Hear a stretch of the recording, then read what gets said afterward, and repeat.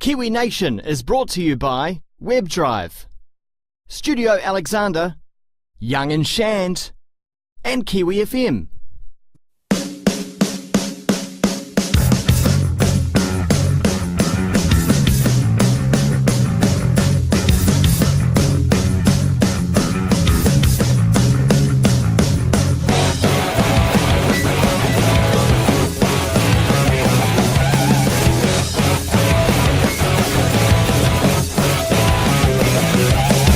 So let's introduce Dwayne onto the show. Hello, Dwayne. Thank you. Hey, Dwayne. Thanks, Glenn. Nice to Thanks, have you Ben. in. What exactly do you do? I think that'd be the first place to start. I think I'll start 10 years ago because what I've done has changed over the time. August this year, it's been 10 years, and I arrived in New Zealand pretty much as a millionaire 30-year-old from Africa. Yeah. Bearing in mind that you then got to divide it by 3 to get into New Zealand dollars. And then I was unemployed for 6 months as well.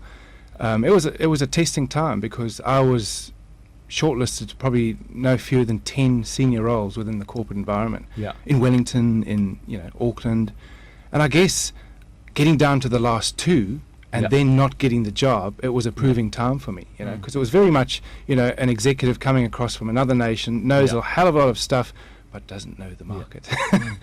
So what motivated you to make the move from South Africa to New Zealand? Why did you choose New Zealand? Like, clearly I know the answer myself, but only... We're very family orientated, so I've got 2 little daughters who are now actually 16 and 9. So, a lot of water under the bridge.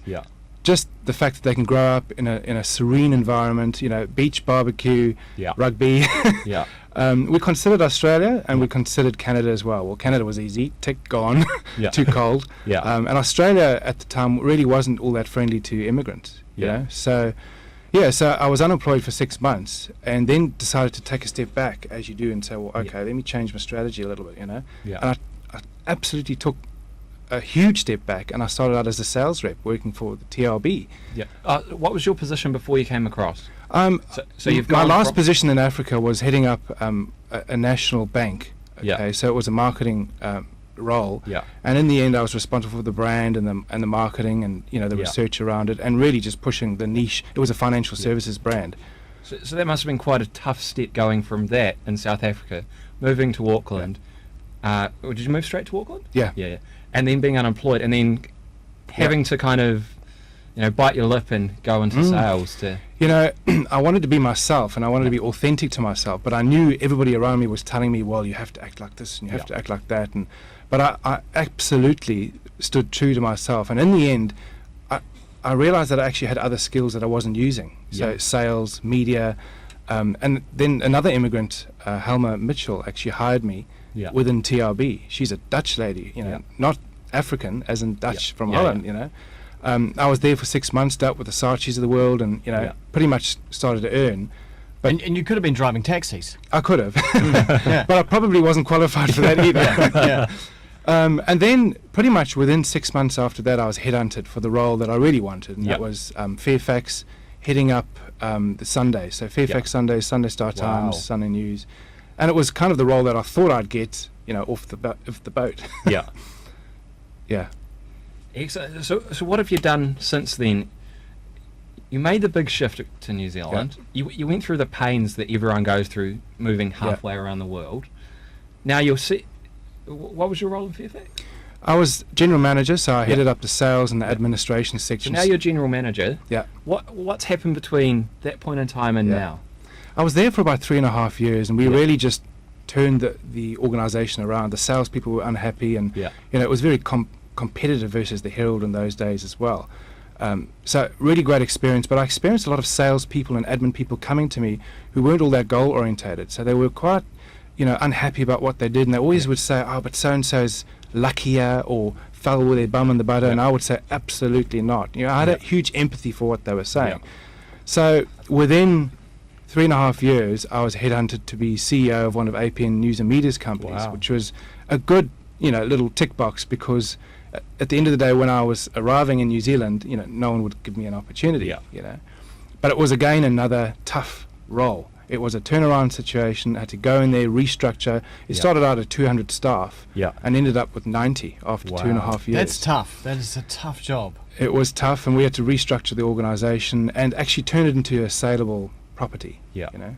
Wow. So I really enjoyed that, and dealing with people who were going through change all the time, I could relate to, because here I was, a guy who a couple of years ago, you know, I had immigrants coming looking for jobs, I had New Zealanders, you know, I've employed so many people in the 10 years, and what I've loved is the mentoring aspect of it, of actually stepping inside their shoes and helping them, you know, get through whatever they needed to. And those enormous changes in the media as well. It would have been a time of I mean, no one knew what was going to happen. It was the proving time of online. I mean, online was just developing, and I arrived in an organisation that was literally a huge group of salespeople running around selling a red book and giving away online for free. You know, and one of the first things I did was swap it around, give away the book for free, and go online, and it's all the eyeballs and what have you. You know, so there must have been a bit of friction for you to go. No, let's stop selling this. Let's give that away for free, and let's do this online stuff and charge for that. Because there's definitely an element of, especially in the early 2002, 2003, an element of a book is real, a website is not yet real. Absolutely. And in fact, to complicate matters even further, the salespeople were unionised, which actually made it even more difficult. So apart from that, I started to mentor and coach. Even though I was CEO, I would go skip levels and go right down to the basic. You know, I'd sold before. I'd gone in front of clients, and as CEO, I went out in front of clients as well. And I devised something for myself during the dark days of looking for employment and what have you, which I called a power pack. And it helped me coach a whole lot of people in front of me who were saying, listen, everything's too hard for me. And what was a power pack? Well, essentially what it was, it started out during those days, I did a mind map, and I said, well, what were my strengths, what were my weaknesses, what did I really want to do, what would get me really excited and what have you. And it turns out that, well, that wasn't all that exciting to look at, you know, although it helped. So in the end, and I identified all of these salespeople, all of these staff that were coming to me all the time, you know, kind of rudderless and what have you. And I designed something which is, you know, I don't know if you can see that right now, but a series of show cards really, which I professionally printed and started to work through during times where I really needed to remind myself of what my goals were and what I needed to do. And then I started to do that with staff. So you'd pick these up and you'd have a look at them in the times when, just before success, I think there's a bit of a proverb that just before success, that's when you feel like you need to quit. You need to get out. It's getting too hard. I don't know if it's going to happen. So at this point, this is when you pick up these cards. Absolutely, because what tends to happen with all of those salespeople, all of those admin people, all of us, is we start to think negatively. We start to go off the rails, and we start to believe what other people are saying about us. You know, all the people that I've interviewed in my life, all of them, without fail, know how to move out that clutter. You know, and you know, for the first 5 or so years, I was mentoring immigrants. After that, I started mentoring, you know, New Zealanders, salespeople, what have you. These days, I'm actually mentoring CEOs who are wanting to leave the corporate world, as I have done, and start out and do their own thing. Because guess what? That's quite a challenge. Absolutely, that must be a huge challenge, because as an entrepreneur, I've noticed that once you become an employee and remain an employee and work your way to the top, there's a different mindset and a different way of operating for you to operate within that system. As an entrepreneur, you're exposed completely to the market. So you have a different mode of operating, and people making that shift once they're at the top, that's almost, they're very, very ingrained and I would imagine, have to unwind a lot and then come back to their core skills to go out into the market. It was slightly different for me, Ben, in that I always acted as an intrapreneur, I would call it, and I don't even know if that's a word. But within corporate environment, I never stuck to my role description, and I always, you know, went above and beyond, and I kind of just disregarded what I was there for. That doesn't surprise me in some respects. So, and hence, I found the transition very, very easy to Alexander Communications, because what I do is actually interview people all the time, and I coach and mentor CEOs on how to build their profile and how to, you know, help their business KPIs, you know, come to effectiveness. And that started out, I've been monetizing a blog literally livemygoals.com for the last 2.5 years. Wow. So let me interject. What is Live My Goals? Live My Goals was my experiment when I left corporate life. Okay. And it was a direct result of dealing with these people who really needed a bit of help, needed a bit of extra push and nudge in the right direction. And I found I would use them with the staff, and I actually set it up while, as I was completing my formal contract. Yeah. And one of the things that I urge CEOs and business people to do when they're trying to make this change is I could see what was coming down in the future. And I negotiated a contract. You've already been through it. Well, I kind of visualized where I wanted to be, and I knew where I was getting the company as CEO, and I negotiated a contract for myself, which saw me exit as CEO, but still work for the company, the wider company. Cool. And that helped me, get into Alexander Communications. Very smart. Would you say it was a rare thing for a CEO to actually inspire the troops? Well, put it this way: when I arrived at the company, they had 4 previous CEOs, and they didn't. Not all of them did inspire the troops. I think most CEOs feel that they've got middle layer staff, and they've got to deal with the staff, and they'll sort themselves out, and they've got to deal with the numbers and the CEO and the board and what have you.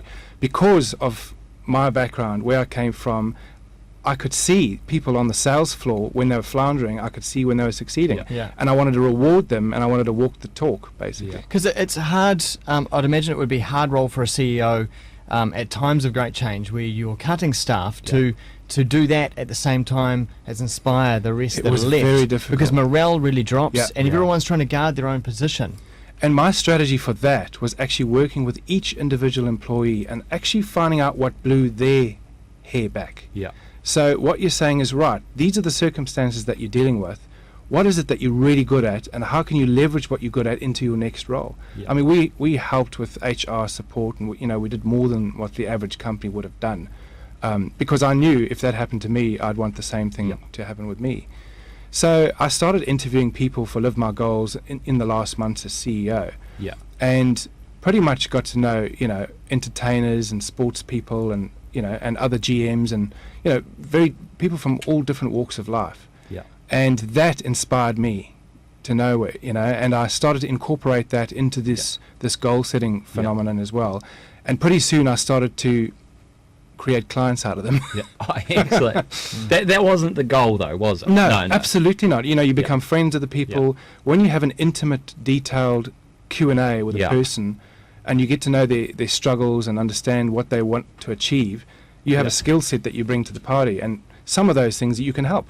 Were you looking forward to the recession that we've just had, or still going through? I don't think anybody was looking forward to it. But what actually saw us through was the fact that we had loyal clients at Alexander Communications, and I was actually networking myself very much across the entire recession through these interviews and what have you. And what happened was our existing clients stayed, but they reduced their expenditure, like a lot of people across New Zealand. And we had to get new business, which we did to fill the pipeline all the time. So, but part of what helped us was that we were in that area, the innovation area of integrating online PR with traditional PR. And that, I think, has helped us through as well, in terms of we understood that journalists and bloggers wanted content and appropriate content. I've got to say, I do put my tongue in my cheek with regards to engagement and the word engagement, because I know in online people like to think it's a buzzword, but actually very, very good public relations engages the reporter, engages the journalist. We create relationships with that journalist before any real good story comes up. And the best stories have always come up with a coffee with the client and the journalist, and they struck a chord, And a lot of PR at the moment forgets that there is those old school ideas of actually creating personal relationships within the media are actually really important. I call it spray and pray. I actually deal with a lot of PR people on almost a weekly basis, being a bit of a blogger. I have a column on the Herald, and of course we're doing this. And the difference between Dwayne and the other PR people is the other PR people, they're playing a system, they're playing a game, and the system goes, I'll take you for lunch once, I'll take you for lunch in 2 weeks. And when you deal with them, you just feel like it's a system. You don't feel like they're relating to you as a person. And sometimes you do need those really long lunches. perhaps the wet lunch, I suppose. Yeah.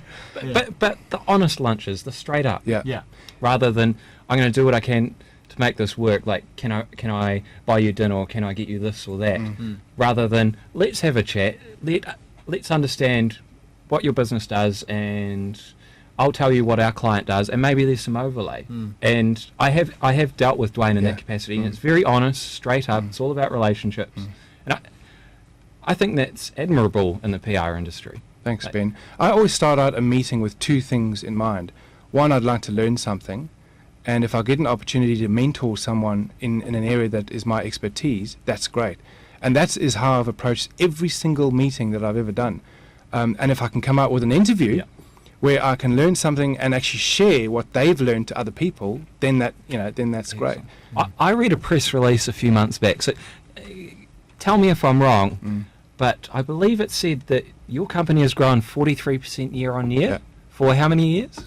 Well, we've been growing since 2005, and Kate and myself, Kate who founded the business in 2005, she's been in PR her entire life. Yeah. I've been in media my entire life, and we've worked together in the 18 years that we've been married, even though we haven't been in the same company. So it's very much a husband-wife team. Yeah. Wow.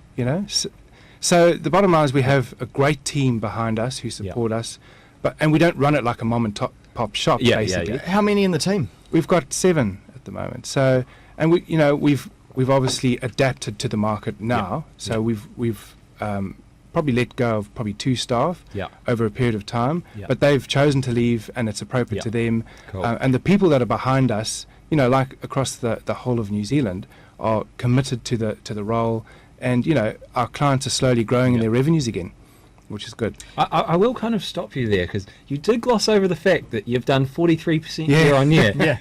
I know you're a very modest guy, but that is pretty good in the current market where everyone is actually reevaluating how they use PR. For someone to actually grow that amount year on year in a market like Auckland is phenomenal. I think our difference has been that we've been very, very good at 2 different kinds of businesses. One is issues management and crisis management, and that's Kate's expertise as well, helping companies through the bad times and helping them relate to the media as honest and as truthful as they can be around the facts of the case, and that's always how we work. I've brought in a whole lot of professional services clients and global clients that I enjoy working on, and I'm much better at the corporate reputation, because I've been there. I can see the whites of the eyes of the CEO. I know what he wants. He doesn't just want PR. He actually wants some fundamental action to happen around his business. So we help them with little things that most of the market don't do, and that's leveraging the media links that they've got amongst their salespeople, helping them build the pride amongst the team and all that kind of thing. So do you choose clients, or do clients choose you, or is it a mixture? 98% of our clients have probably come through word of mouth through existing clients. I can count on my hand the amount of pitches we've done, and almost always they're a waste of time. Is that in a scenario where a business says, look, well, our PR needs are up for grabs right now, all you companies? We don't really participate in that unless we feel that it's probably quite a sexy client. We'll have a look at it. Cool. But we've probably done 3 or 4 of those over 5 years. So the main source of our business... Do you fire clients as well? Yes. We've fired 2, but I won't say their names yet. No, we wouldn't expect you to. Absolutely. So why would you fire someone? Because part of the reason we're in this business is that we've left the corporate environment because we don't want to have to deal with people who don't treat you well, and who don't listen to what you say. And there are clients out there like that will not listen to PR messages. Absolutely. The whole tenets of being open and candid with the market, opening your books and telling the story and being authentic about it, some clients just don't buy into. And in that case, we fire them. But we do that in a very gentle way. I can imagine you would. The contract's ended. Gone. Well, interestingly enough, one of our differentiators, and it's pretty bold even through the recession, is we don't demand tied in 8-month contracts. We stand by how good we are in the previous month with our clients, and that's kind of why they like coming back, because that has to keep you and your staff on your toes. Absolutely. But at the same time, part of the love of it, and we've started putting case studies up on our site on alexandercommunications.co.nz, and it's just a buzz to see how the work stands out amongst the market, because most PR companies you see, they hide behind Flash websites, as in HTML Flash, and they don't share who their staff are, what they're doing, because they feel they're going to be poached or stolen, what have you. We've taken the opposite, and we've got a newsroom. I don't think anyone could steal any of your staff by the sounds of it. No. The bottom line is we've done very, very interesting things with our staff, following on Kate's, style of management and my own. We've taken them to movies. We've taken them to Queenstown for a holiday. We said their homework was to do a presentation, but in the end they ditched the presentation.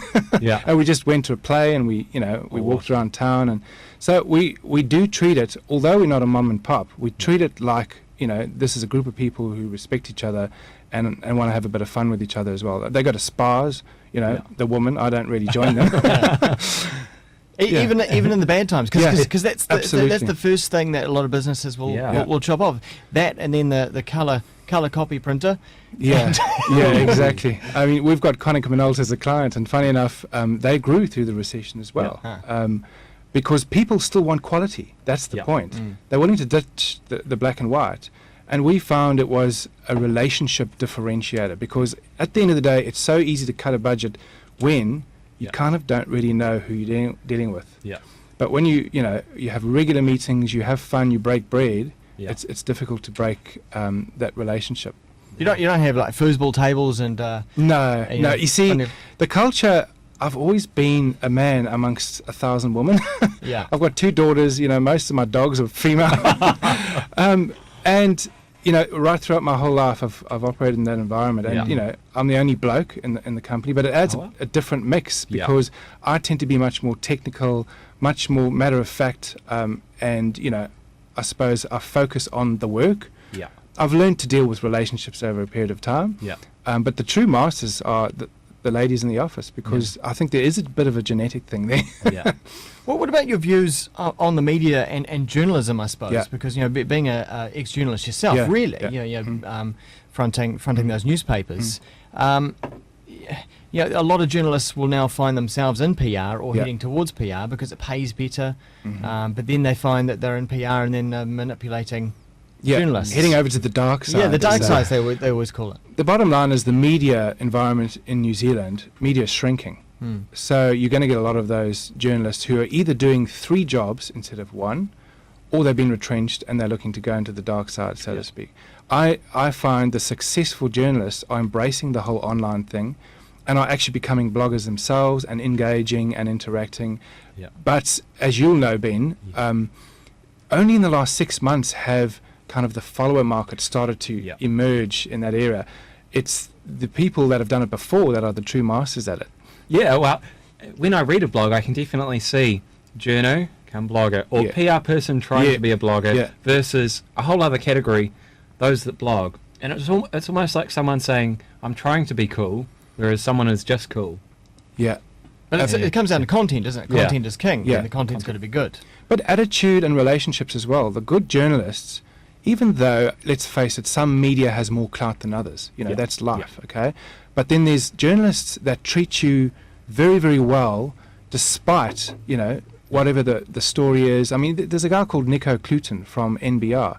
And this is a guy that is out of the ilk of a traditional journalist. I mean, the traditional journalist will kind of probably not get back to you, but they eventually will, But I mean, Ben, he actually gets back to you almost immediately, and he tells you more or less what his plans are, and he keeps you in the loop all the time. It's kind of a modern take on what journalism is.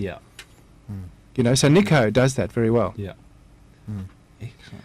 Well, what's next? What's in the future for Dwayne? We know you're planning for the next decade. Absolutely. So can you let us know what's going on? Look, there's a lot of personal stuff that obviously I'm working on. But the bottom line is I'm in New Zealand for a reason. I could have been in the US and the UK. My sister's in the UK, bless her soul. But my goal is to actually be able to balance and not be a slave to my business. So that is my goal, and it's Kate's goal as well. We like to work with interesting people, global clients, focus on the work, and actually the success that comes from actually clients saying, thank you so much, you've done a great job. To be able to scale that and have a life is actually you know, That's a very good thing. It's the ultimate goal, isn't it? Yeah. Really? For us, it is. You know, money's important, but you know, not that important. Yeah. So, how do you balance your local clients with global clients? Because ultimately, for New Zealand, we're 4 million people. We've got, I think, about 1 million abroad at any point in time. Yeah. The only way for us to make a sustainable difference is to export as much as we can. Yeah. So, how do you guys do that in a knowledge-based sector?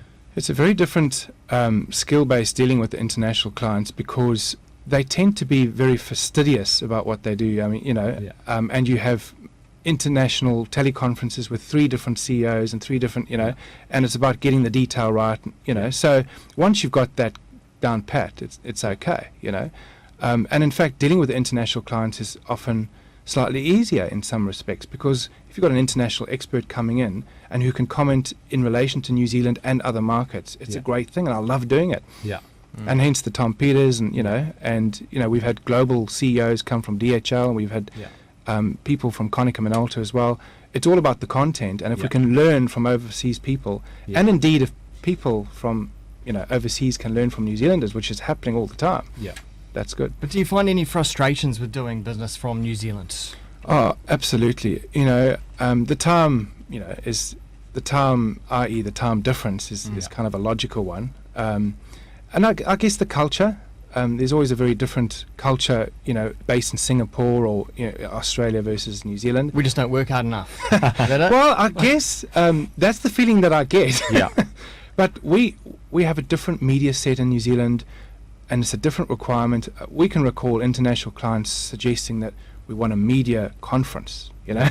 We want the entire media within New Zealand at, you know, at the venue and what have you. Certain times we've advised them not to do it, purely because we understand that that's not what the media in New Zealand require or want, unless you've actually done a crime, or you've, you know, stolen some money, or you've Tiger Woods or what have you.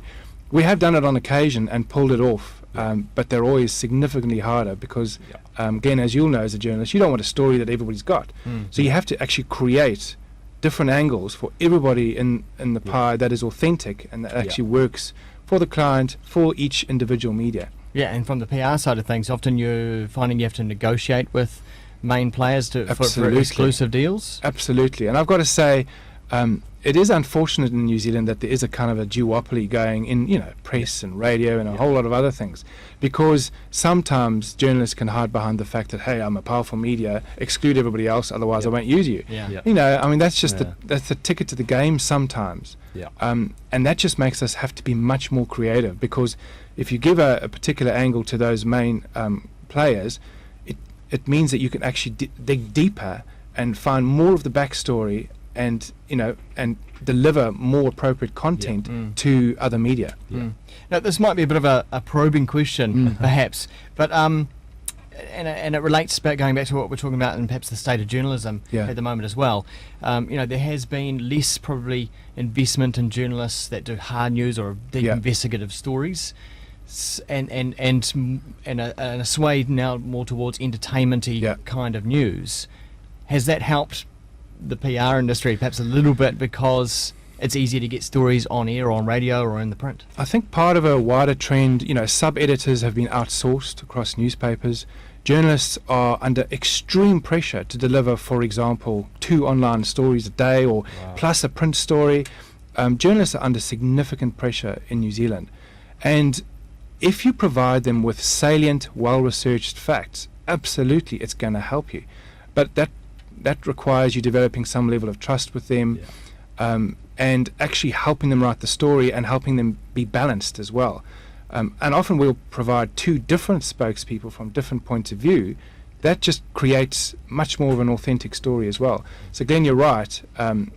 It is actually easier in many respects. And in online media, it actually is quite easy as well, because a lot of big online firms are looking for quality content that's not spammy, that's not chest beating, that's, you know, and as long as you've got that down pat, you're gonna win. And it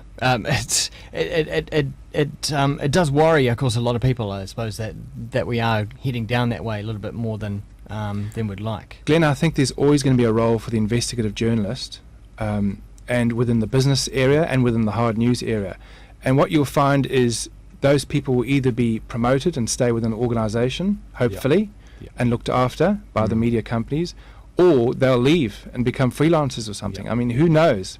You know, like overseas, maybe you can, you know, sell stories to various media outlets. You know, the true, you know, top-end journalists. Yeah. Shall we wrap up there? Yeah. Cool. Thank you very much for coming in, Dwayne. It's been a pleasure. I would never have thought that we'd have someone that works in PR on the show. Thank you, Ben. Yeah. Thanks, Glenn. Yeah. It's been my privilege, really. I've never really told my story, you know, in that frame before, so Well, I've enjoyed it. Have we left anything out, do you think? No, I think, you know, the bottom line is I think most people give up too soon in life and in business, and, you know, whether it be sport or family life or what have you, you know, marriages. You know, the bottom line is, just when you think it's time to give up and throw in the tools, often that's the time that you need to power through. And that's been my message through the ages. You know, I'm nearly 40. And to staff, to people that I've mentored, and I guess that's what I'm saying now. Even though as we're heading out of a recession, we're not completely out of it, there are people out there that just need to put a little bit of a rev again. Excellent. We only have today, is what that card That's there true. says. Yeah. These cards are amazing. Are these cards available anywhere? Well, or what I did was I created Live My Goals with the intention of sharing those cards. So what I've done is I've uploaded them online to livemygoals.com. But I've got to say, and to be quite candid with you, it was an online play 3.5 years ago. It was before the Facebooks and the LinkedIn's were so strong. So people who come on there are really goal enthusiasts. They're actually over the top goal. They're goal addicts, you know. So they'll go in there, they'll go through the cranky, functionality, and they'll create themselves a power pack, and they'll go in and they'll print them out, and they can create their own on there as well. I like this one. What action have I done today towards each of my important goals? Even while as CEO, I used to take those in a lunchtime, drive to the nearest park, because we were going through some really interesting times, and I had to fill up my enthusiasm and what have you, and I would read through some of these key goals, and I would be able to go back feeling refreshed, as opposed to the alternative. To succeed means that you have to step out of line to march to the sound of your own drummer. And in the 60 or 70 people that I've interviewed so far, one of the most important characteristics was people know how to be authentic, and they know they're not going to be pleasing everybody all the time. So you'll know, the people that I've interviewed in the Herald and Unlimited and Live My Goals, they tend to be divisive. Some people like them, some people don't. But they've got the maturity to understand who they need to like them and who doesn't. And that's a good point. Just before we do go, let's reel through all the different places we can find Dwayne Alexander online. Yeah, thanks for that. Yeah. Well, Goalgetter, at Goalgetter on Twitter. I'm on LinkedIn, linkedin.com. I'm also on alexandercommunications.co.nz. I'm on livemygoals.com. I've got a Google profile as well. I presume if you don't have a doppelganger who's beating you in the Google rankings? No, actually, it's Dwayne Alexander. So if we Google you, we'll find you everything. Google me, you'll find me and what have you. And that Herald blog as well? The Herald blog is still up there, as well as I'm writing one on unlimited.co.nz as well, interviewing interesting and inspiring people. So look, I have a good day when I'm able to have a coffee with somebody, extract a bit of value and content and learn something and share it.